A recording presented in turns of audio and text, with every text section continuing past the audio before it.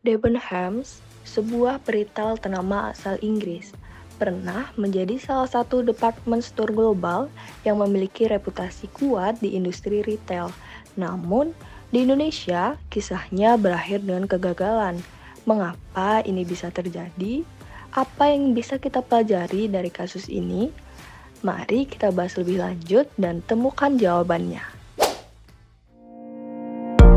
Sebelum mengalami kegagalan, Debenhams menempati posisi sebagai salah satu departemen store premium di Indonesia.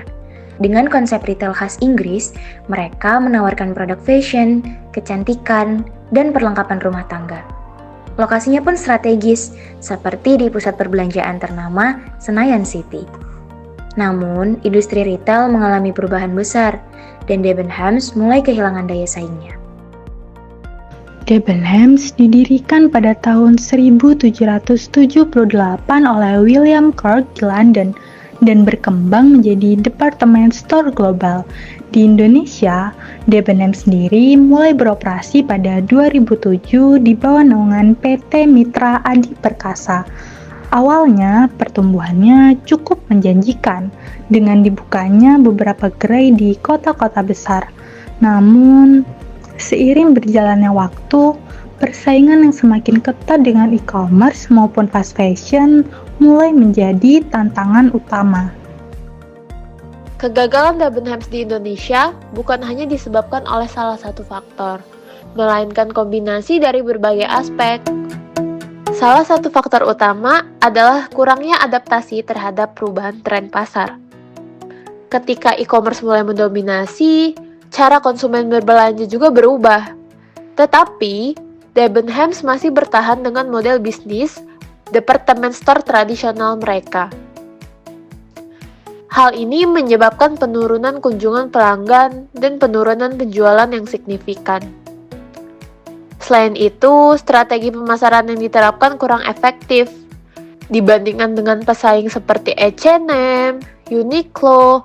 Debenhams tidak memiliki daya tarik yang cukup untuk mempertahankan pelanggan setianya.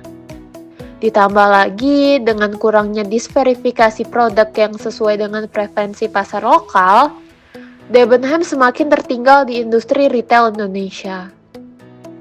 Faktor keuangan juga menjadi aspek krusial dalam kegagalan ini.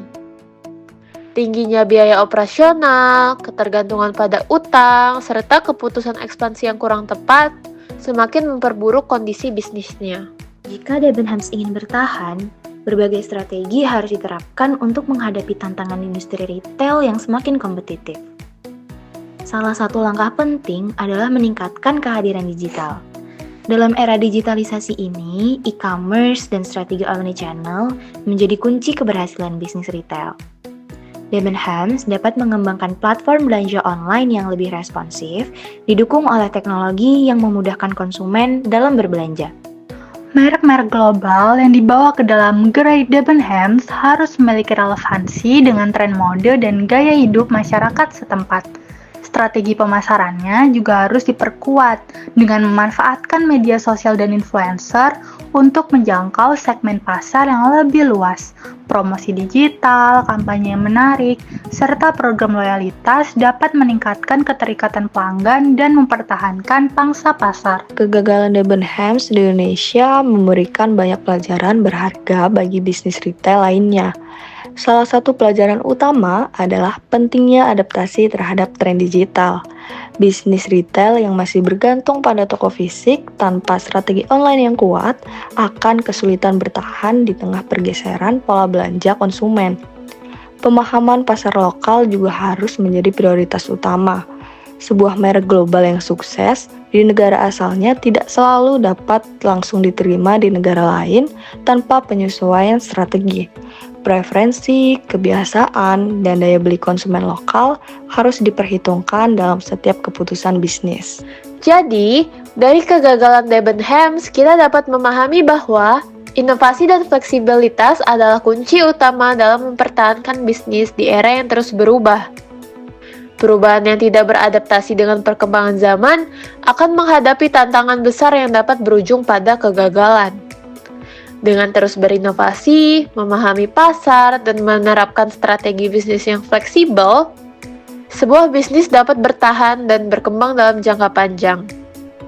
Dengan mengambil pelajaran dari kasus ini, bisnis lain dapat menghindari kesalahan serupa dan lebih siap menghadapi tantangan di masa depan. Terima kasih telah menonton video ini. Semoga dapat bermanfaat dan sampai jumpa di video selanjutnya.